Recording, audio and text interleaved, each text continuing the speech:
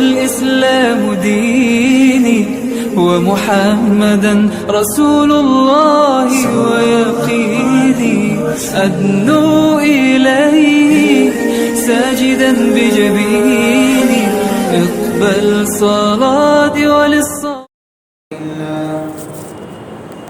الحمد لله نحمده ونستعينه ونستغفره ونؤمن به ونتوكل عليه ونعوذ بالله من شرور أنفسنا ومن سيئات أعمالنا من يهده الله فلا مضل له ومن يضلله فلا هادي له ونشهد أن لا إله إلا الله وحده لا شريك له ونشهد أن سيدنا وسندنا ومولانا محمدا عبده ورسوله صلى الله تعالى عليه وعلى آله وأصحابه أجمعين. أما بعد فأعوذ بالله من الشيطان الرجيم. بسم الله الرحمن الرحيم. والعصر إن الإنسان لفي خسر إلا الذين آمنوا وعملوا الصالحات وتواصوا بالحق وتواصوا بالصبر. صدق الله مولانا العظيم.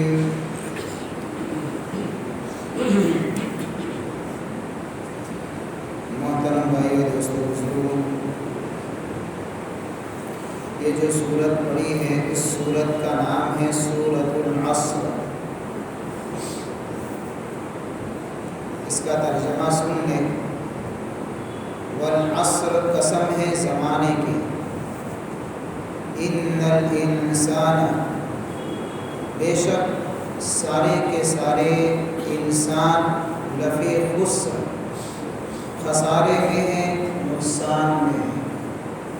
الا الذین آمنوا مگر وہ لوگ جو ایمان لائے، وعملوا الصالحات اور جنہوں نے نیک اعمال کیے، وتواصوا بالحق اور حق بات کی وصیت کی تاکید کرتے رہے، وتواصوا بالصبر اور صبر کی تاکید کرتے رہے. یہ جو قرآن میں چھوٹی صورتیں ہیں اس میں سے ایک صورت یہ بھی ہے جو سب سے چھوٹی صورتوں میں اس کا شمار ہوتا ہے، لیکن ہے بڑی عجیب و غریب صورت ہے. آیتوں کے اعتبار سے، کلمات کے اعتبار سے وہ ہے تو چھوٹی، لیکن اس کے اصول جو ہے وہ بڑے عظیم ہیں. روایتوں میں آتا ہے کہ یہ صورت اتنی عظیم ہے کہ صحابہ کرام رضی اللہ عنہم اجمعین جب آپس میں ملتے تھے تو اس وقت تک وہ دو صحابی جدا نہیں ہوتے تھے جب تک ہر ایک دوسرے کو یہ صورت نہ سنا دے. یعنی اتنی اس بات کو سمجھا تھا صحابہ نے. والعصر کی صورت ہر ایک کو سنا دیتے تھے، اس کے بعد جدا ہوتے تھے. اسی لیے امام شافعی رحمۃ اللہ علیہ نے بڑی عجیب بات کہی اس صورت کے متعلق. فرماتے ہیں کہ اگر لوگ اپنی زندگی کو سدھارنا چاہے تو اسی صورت پر غور کر لیں گے، پوری زندگی پر انقلاب کے اندر آ جائے گا. بس اس چھوٹی سی صورت کے اندر غور کرے کہ اللہ نے کیا بیان کیا ہے، پوری زندگی بدل جائے گی. اتنی عظیم صورت ہے. اس صورت کے شان نزول کے متعلق ایک واقعہ لکھا ہے تفسیر عزیزی کے اندر حضرت شاہ عبد العزیز محدث دہلوی رحمۃ اللہ علیہ نے کہ یہ صورت نازل ہونے کا سبب کیا بنا. تو انہوں نے واقعہ یہ لکھا ہے کہ کلب بن اسید نام کا ایک کافر شخص تھا، اس کی دوستی تھی زمانے جاہلیت میں حضرت ابو بکر صدیق رضی اللہ تعالیٰ عنہ سے، یعنی حضرت صدیق اکبر اور ایک کلب بن اسید جو تھا، یہ دونوں آپس کے اندر زمانہ جاہلیت میں پکے دوست تھے۔ اللہ نے حضرت صدیق اکبر رضی اللہ تعالیٰ عنہ کو ایمان اور ہدایت عطا فرما دی۔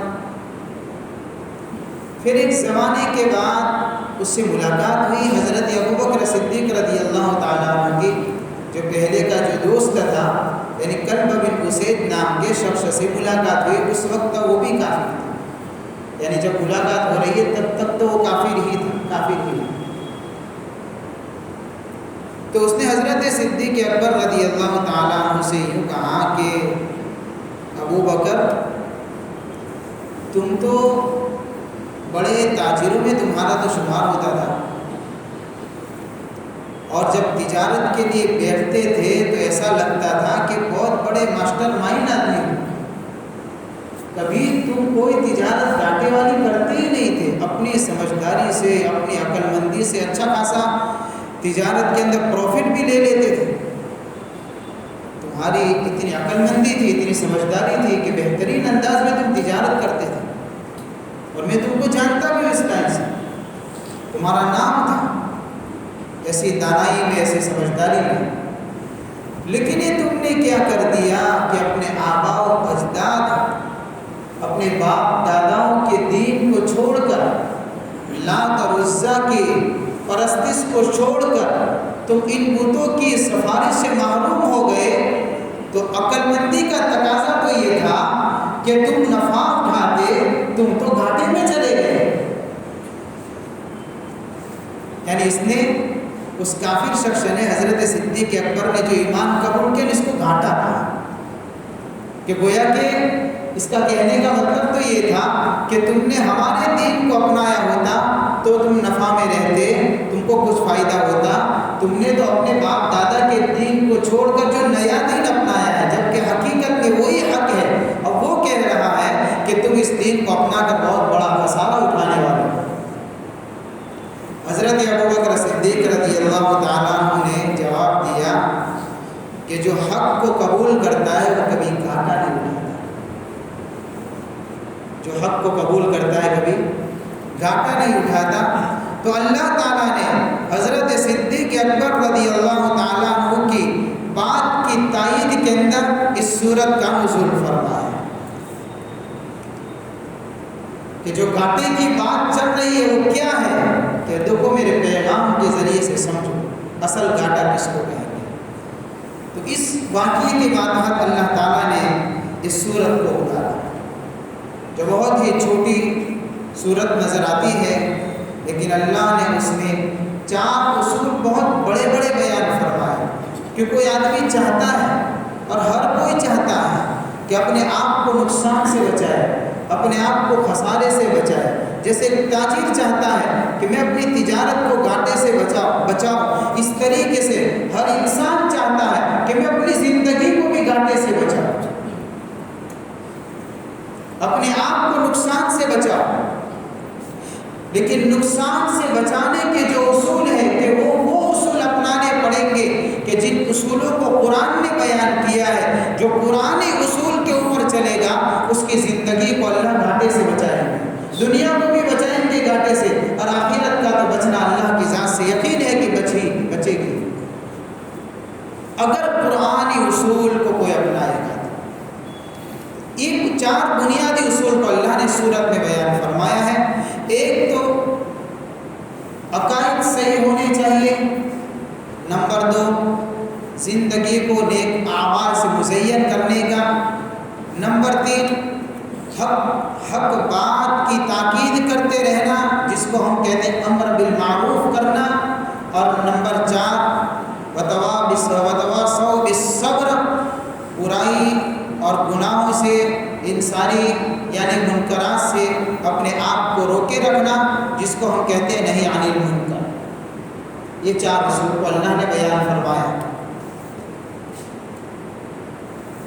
ان اصولوں کو بیان فرما کر گویا کہ جن کی اگلی صورتوں میں وضاحت آ گئی ہے کہ اگر کوئی چاہتا ہے کہ میری زندگی کی کامیابی، کوئی مال کا پجاری یہ چاہ رہا ہے کہ میرے مال میں چھپی ہوئی ہے، میرا اپنا مال ہمیشہ کے لیے باقی رہے گا، اللہ نے اس کے مال کی فرعیت کو اور اس کے مال کے فتنے کو سورۃ الہمزہ میں بیان فرما کر یہ بات بتا دی کہ مال بھی نہیں ہے جو کامیابی کے اوپر تجھے لے جائے۔ اگر کوئی چاہتا ہے حکومت مجھے کامیاب کرے گی تو سورۃ الفیل میں اللہ نے حکومت کی تباہی کو بیان فرما کر بتا دیا کہ قرآنی اصول سے ہٹے گا تو کوئی حکومت کامیاب نہیں کر سکتی ہے۔ اور اگر کوئی چاہتا ہے میں اپنے ذریعے معاش کے ذریعے سے کامیاب ہو جاؤں گا تو اللہ نے سورۃ القریش کے اندر قریش کی معاشی زندگی کو بیان فرما کر بتا دیا کہ معاشی مسائل کے حل کے لیے یہ دنیاوی اصول نہیں چلیں گے، کامیابی کے لیے یہ اصول نہیں چلیں گے، کامیابی کے لیے تو قرآن کے بتائے ہوئے اصول چلیں گے۔ اگر کوئی بے نمازی زکوٰۃ کو روکنے والا کامیاب ہونا چاہتا ہے تو اس کو کامیابی کبھی بھی نہیں ملے گی۔ کامیابی کہاں ملے گی؟ انا اعطیناک الکوثر، کامیابی اس میں ملے گی جو اللہ نے سورۃ الکوثر میں بیان فرمائی اور پھر بعد میں جا کر اس سورت کے اندر ان اصولوں کو بیان فرمایا کہ کامیابی یہاں ملے گی۔ یہ پوری سورۃ العصر کا خلاصہ میں نے آپ کے سامنے رکھا کہ ان 4 اصولوں کو زندگی میں لانا انتہائی اہم اور ضروری، اس لیے اللہ فرماتے ہیں والعصر، قسم ہے زمانے کی۔ عصر کی مختلف تفسیریں بیان کی ہے مفسرین نے۔ عصر کی ایک تفسیر تو یہ ہے گزرا ہوا زمانہ جس میں ہماری عمر بھی آ جاتی ہے۔ انسان کے پاس اس کی زندگی کے لمحات بڑے قیمتی ہیں، یہ بہت بڑی پونجی ہے جو اللہ نے ہمیں زندگی کی شکل میں اور عمر کی شکل میں عطا فرمائی ہے۔ یہ رأس المال ہے۔ اسی زندگی کی قیمتی پونجی کو اگر صحیح معنوں میں کوئی لگائے گا تو دینی کمالات بھی حاصل کر سکتا ہے اور دنیاوی کمالات بھی حاصل کر سکتا ہے۔ اور اگر کوئی اس پونجی کو ضائع کر دے گا تو دنیاوی اعتبار سے بھی خسارے میں رہے گا اور اخروی اعتبار سے بھی خسارے میں رہے گا۔ یہ قیمتی زندگی کی قدردانی آ جائے، اللہ نے اس کے لیے والعصر کہہ کر زمانے کی قسم کھا کر انسان کو اشارہ کیا کہ اپنی زندگی کے قیمتی لمحات اتنے قیمتی ہے کہ تیرے رب نے انہی قیمتی لمحات کی قسم اٹھا کر ہم کو اللہ نے متنبہ فرمایا ہے کہ اپنے قیمتی لمحات کو ضائع نہ کیا جائے۔ یہ رأس المال ہے، یہ موڑی ہے۔ موڑی ہم جس کو بولتے ہیں، اسی کو اردو میں کہیں گے رأس المال۔ کوئی آدمی تجارت کرنا چاہے تو اس کے پاس موڑی ہوتی ہے، اس کو تجارت میں لگائے گا تو پہلا کام کیا ہوگا؟ اس کو بڑھے۔ لیکن اگر کوئی آدمی دیکھتا ہے کہ میں نے اپنی موڑی کو تجارت میں لگایا تو پروفٹ نہیں ملتا، حساب کرے گا تو اس کے سامنے جب پورا حساب آئے گا تو دیکھا کہ بھئی کاروبار برابر چلتا نہیں، تو پہلی کوشش اس کی کیا ہوگی؟ اب نفع کمانے کی کوشش نہیں ہوگی، اب پہلے کوشش یہ کرے گا کہ کاروبار چلتا نہیں، موڑی کو بچا، کیونکہ اگر یہ جائے گی تو سب کچھ جائے۔ تو اسی طریقے سے انسان کی عقل مندی ہے کہ اپنی زندگی کی اس قیمتی پونجی کو بیکار کاموں میں ضائع نہ کرے، اس کی قدر کرے، اور اس کی قدر یہی ہے اللہ کے بتائے ہوئے اصولوں کے مطابق چلے۔ ایک تو عصر کی تفسیر یہ کی گئی ہے، ایک عصر کی تفسیر یہ کی گئی ہے کہ عصر سے مراد عصر کا وقت، یعنی عصر کی نماز کا وقت، اس لیے کہ یہ وقت ابھی دینی اعتبار سے دیکھیں گے تو بھی نفع نقصان کے ظاہر ہونے کا وقت ہے، اور دنیاوی اعتبار سے دیکھیں گے تو بھی نفع نقصان کے ظاہر ہونے کا وقت ہے، عصر کا وقت، یعنی اتنا قیمتی وقت ہے۔ دنیاوی اعتبار سے نفع نقصان کے ظاہر ہونے کا وقت ہے۔ کیسے ہو سکتا ہے؟ اس بات کا سمجھنا ہمارے لیے موجودہ ماحول میں مشکل ہو، لیکن اس بات کو سمجھنے کے لیے ذرا ہم اپنے دماغ اور اپنے تصورات کو چند سال پیچھے لے جائیں۔ پہلے زمانے میں جب لوگ کاروبار کرتے تھے تو اپنے کاروبار کے لیے، اپنے تجارت کے لیے جو گھروں سے نکلا کرتے تھے وہ سویرے جایا کرتے تھے، مارکیٹ صبح میں کھل جایا کرتے تھے۔ اب ایک کاروباری آدمی صبح میں مارکیٹ میں جاتا تھا، محنت کرتا تھا، تھکتا تھا، اپنے کاؤنٹر کو سنبھالتا تھا، لے بیچ خرید و فروخت کا معاملہ چلتا تھا، پورے دن تھکتے تھکتے پورا کاروبار اس کا جو بھی ہوتا تھا وہ چلاتا تھا۔ جب عصر کا وقت ہوتا تھا تو یہ عصر کا وقت اب یہ کاروبار کے بند ہونے کا وقت ہوتا تھا۔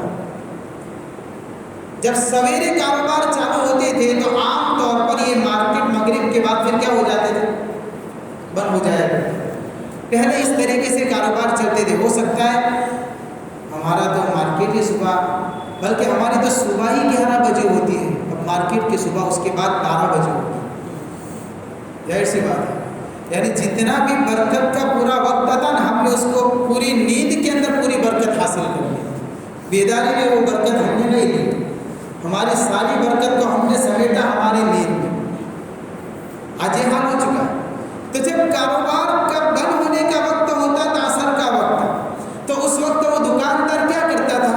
اب پورے دن کا حساب کرتا تھا کہ بھئی آج کتنے گراہک آئے، کیا چیز بیچی، کتنی انکم ہوئی، کتنا نفع ہوا، کتنا گھاٹا ہوا، تو پورے دن کا حساب اس کو اس وقت ملتا تھا۔ تو عصر کا وقت دنیاوی اعتبار سے بھی نفع نقصان کے ظاہر ہونے کا وقت ہے اور دینی اعتبار سے بھی، اس لیے کہ عصر کا وقت فرشتوں کی ڈیوٹی کے تبدیل ہونے کا وقت ہے۔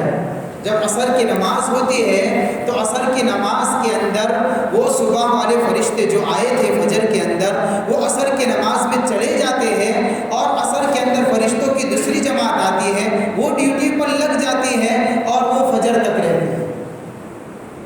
کہ فرشتوں کی ڈیوٹی جب تبدیل ہوتی ہے تو فرشتے وہاں جا کر کارگزاری سناتے ہیں کہ اللہ آپ کے بندے نے دینی اعتبار سے ترقی کی ہے کہ تنزلی کی ہے، جبکہ رب تو خود جانتا ہے۔ ہمارے اعمال پوری زندگی کارگزاری پہنچتی ہے، تو دینی اعتبار سے بھی اس طریقے سے اگر کوئی اپنی زندگی کے قیمتی لمحات کو اچھے کاموں میں لگاتا ہے تو فرشتوں کی ڈیوٹی جب تبدیل ہوتی ہے تو اس کی کارگزاری اوپر پہنچے گی اچھی، کہ بس نے اعمال میں گزارا دن، اطاعت میں گزارا، نافرمانی سے بچ کر گزارا، اور اگر دین کے اوقات کو ضائع کیا تو پھر رب کے دربار میں وہی کارگزاری پہنچے گی۔ اس لیے تو اللہ کے نبی صلی اللہ علیہ وسلم نے فرمایا، حدیث پاک کے اندر آتا ہے، عصر کی نماز کی اہمیت کو بیان فرمایا کہ وقت کتنا قیمتی ہے۔ من فاتته صلاة العصر فكأنما قتل أهله وماله، اللہ کے نبی نے فرمایا جس نے عصر کی نماز چھوڑ دی تو اس کی مثال ایسی ہے جیسے کہ اس سے اس کا مال و دولت لوٹ لیا گیا، اس کے اہل و عیال کو لوٹ لیا گیا۔ تصور کریں تھوڑی دیر کے لیے، ایک آدمی ہو، پراپرٹیوں کا مالک ہو، بینک بیلنس کا مالک ہو، اس کے پاس خاندان ہو، اہل و عیال ہو، میاں بیوی ہو، بچے ہو، گھر بھرا ہوا ہو، اچانک سے اس کے اوپر ایسا حادثہ آ جائے کہ ایک دم سے سب صاف ہو جائے، دھیرے دھیرے، میں کہہ رہا ہوں ایک دم سے، ایک ہی یعنی کہ پلک جھپکنے کے اندر ساری چیز ضائع ہو جائے۔ سوچے تھوڑی دیر کے لیے، تصور کرے اس آدمی کے دل پر کیا گزرے گی۔ ممکن ہے اس کا دماغی توازن بھی ختم ہو جائے، یعنی یہاں تک افسوس ہوگا۔ اللہ کے نبی صلی اللہ علیہ وسلم نے فرمایا جس نے عصر کی نماز چھوڑ دی، گھاٹے کے اعتبار سے، خسارے کے اعتبار سے اس آدمی کے صف میں کھڑا ہو گیا جس کے اللہ نے مال و دولت کو چھین لیا، اہل و عیال کو چھین لیا۔ جتنا بڑا گھاٹا اس نے اٹھایا، اتنا بڑا گھاٹا وہ اٹھانے والا بن گیا، چاہے اس کے پاس مال و دولت ہے، چاہے بیوی بچے ہیں۔ لیکن گھاٹا تو مل گیا اس کو اتنا. اس لیے اللہ کے نبی نے فرمایا فَكَأَنَّمَا غُتِرَ أَهْلُهُ وَمَالُهُ، گویا کہ وہ ایسا ہے اس کا مال اور اس کے اہل و عیال کو لوٹ لیا گیا، ختم کر دیا، برباد ہو گیا. یہ نہیں کہا کہ دھیرے دھیرے برباد ہوا، ایک دم سے سب چلا گیا. اس لیے میرے نمازیں تو ساری اہم ہے، لیکن عصر کی نماز اتنی اہم ہے کہ اللہ نے اس مبارک وقت کی قسم اٹھائی. والعصر، قسم ہے عصر کے وقت کی. ایک واقعہ سنا دو نماز کے ضائع کرنے کے اوپر. حافظ ابن قیم رحمۃ اللہ علیہ نے واقعہ لکھا ہے کہ گھرانہ بڑا دیندار تھا. باپ ہے، ماں ہے، بیٹا ہے، بیٹی ہے، چاروں دیندار ہیں، نمازی ہے نا، دینی اعتبار سے مضبوط ہے. باپ کا وقت ہو گیا، زندگی ختم ہو گئی، انتقال ہو گیا. چند دن گزرے تو بیٹی کا انتقال ہو گیا. اب گھر میں بچا ایک بیٹا اور ایک ماں. جب بیٹی کا انتقال ہوا تو لوگوں نے جب اس کو دفنانے کے لیے قبر کے اندر اتارا تو اس کی قبر آگ کے شعلوں سے بھڑک رہی تھی. جب اس دفن ہونے والی بہن کے بھائی نے جب دیکھ لیا کہ اتنا خطرناک منظر، آج تک تو دینداری کے چرچے ہوئے تھے گھر کے اندر، آخر اس کا چھپا عیب کون سا تھا جس کا علم مجھے نہیں ہو سکا. وہ غصے میں آ گیا، وہ طیش میں آ گیا، تلوار لے کر نکلا اور ماں سے کہا کہ تو اپنے بیٹوں کے اور اپنے بیٹیوں کے عیب کو ماں باپ زیادہ جانتے ہیں، سچ سچ بتائے گی آخر ہوا کیا ہے. دینداری کے چرچے تھے، اس کا قصور کیا تھا. تو ماں نے یہ سمجھا کہ باپ کا انتقال ہوا، پھر چند دنوں میں بیٹی کا انتقال ہوا تو اس نے دماغی توازن کھو دیا ہے، اس لیے حرکت کرتا ہوا آیا ہے. تو ماں نے اس کو صبر کی تلقین کی تو اس بیٹے نے کہا کہ صبر کا مسئلہ نہیں ہے، اس کی قبر آگ سے بھڑک رہی تھی، میں جاننا چاہتا ہوں اس کی زندگی کا وہ کون سا کمزور پوائنٹ تھا جس کے بنا پر آج اس کو یہ سزا ملی ہے. ماں نے کہا بیٹا تیری بہن نے آج تک بدکاری نہیں کی، کسی اجنبی مرد سے ناجائز تعلق قائم نہیں کیا، کبھی بے پردگی نہیں کی ہے، وہ ہمیشہ گھر میں رہی ہے، اپنی عزت کی حفاظت کی ہے، اپنی عصمت کی حفاظت کی ہے. ایک کمزوری تھی، تیری بہن نماز تو پڑھ لیتی تھی لیکن وقت کی پابندی نہیں کرتی تھی. یہ اس گناہ کی سزا ہے کہ اللہ نے اس کی قبر کو آگ سے بھڑکا دیا.